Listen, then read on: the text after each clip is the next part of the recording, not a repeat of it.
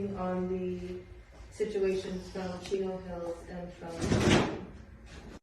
CPS reports say that it began when I was 3 months old, but I remember very clearly at 4 years old. It's the first time that somebody hurt me and I didn't have drugs. It was the first time I was awake and I knew what was going on. I was at my babysitter's, and out of all the kids, she kept bringing her boyfriend around me.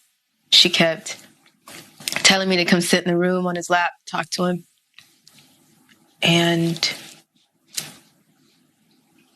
one day I got really irritated that he kept trying to touch me, so I started fighting him, and she beat me.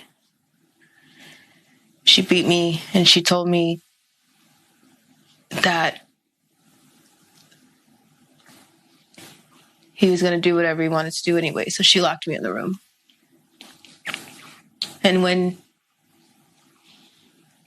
when he stopped, she took my stuff, and she threw me outside in the driveway in Ritchie Canyon until my 2 biological sisters got off the school bus and they found me. I was in shock. I just sat there. And the bruises were so bad. The pain was so bad, I didn't know what to do with myself.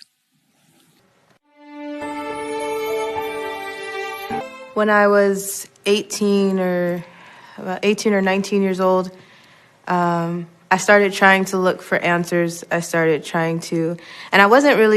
know who my mom is. I don't need those answers. My former last name it means nothing to me. I don't want anything from it. I never have and I never will. I couldn't wait to get rid of the name. But when I turned 18, 19, I started trying to still fill in those holes to my life that I'm still missing. And I tried to go back to the hospital, St. Bernardine's, California. I tried to go back and get some type of history. I started talking to my babysitter. It was a weird situation because she was placed in my life as someone that I started talking to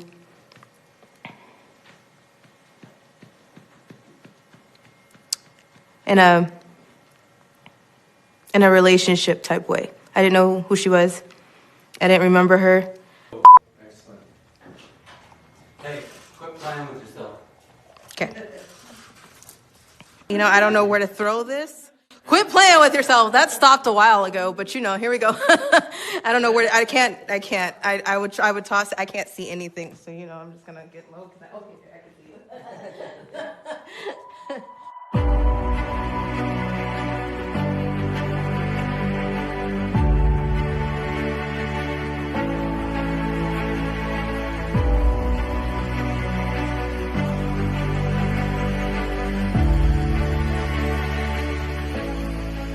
When I went over to her house, I eventually found out things started coming back. We talked, we fought, and she told me that I didn't understand what was going on, that there were many answers that I was missing, which already there's many holes to my story, to the things that I know myself.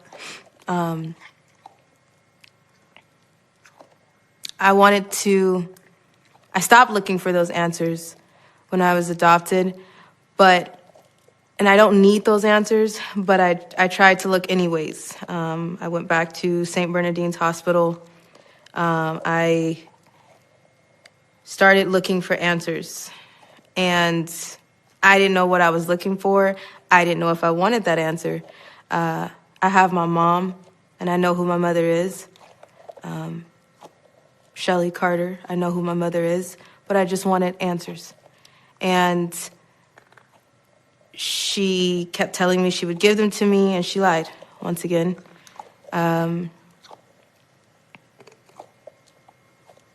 Everybody thinks that it's your elite predators, your celebrities, your blue check mark, your political suits, your very credible people that you're supposed to be scared of, or you think that that's the only people that are involved in corruption, like Child Protective Services or secret societies, military and government corruption. You think that that's it, and it's not. And that's what they want you to think.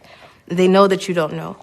But it's not just your elite celebrities. It's your everyday people. It's your lawyers, your doctors, your pediatricians that you take your children to, your everyday neighbor, your teachers, your daycare facilitators. My babysitter had the keys to the elementary schools in her area. My surrogate, I don't call her a mother, but my surrogate, she took her to court. She went to court with it, and she lost the case. And then I wondered, what did I do? What did I do wrong? Why did everybody treat me like I did something wrong at 4 years old? Why did everybody treat me like it was my fault? In the courtroom, they made her shake her purse out and give her the last bit of change that she had in her wallet because she said she didn't give her the rest of the money for that day. And she did. And then she took me home and beat me because she lost the case.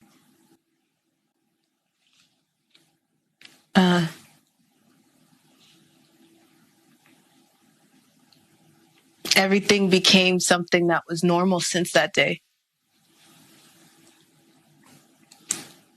That day never leaves me.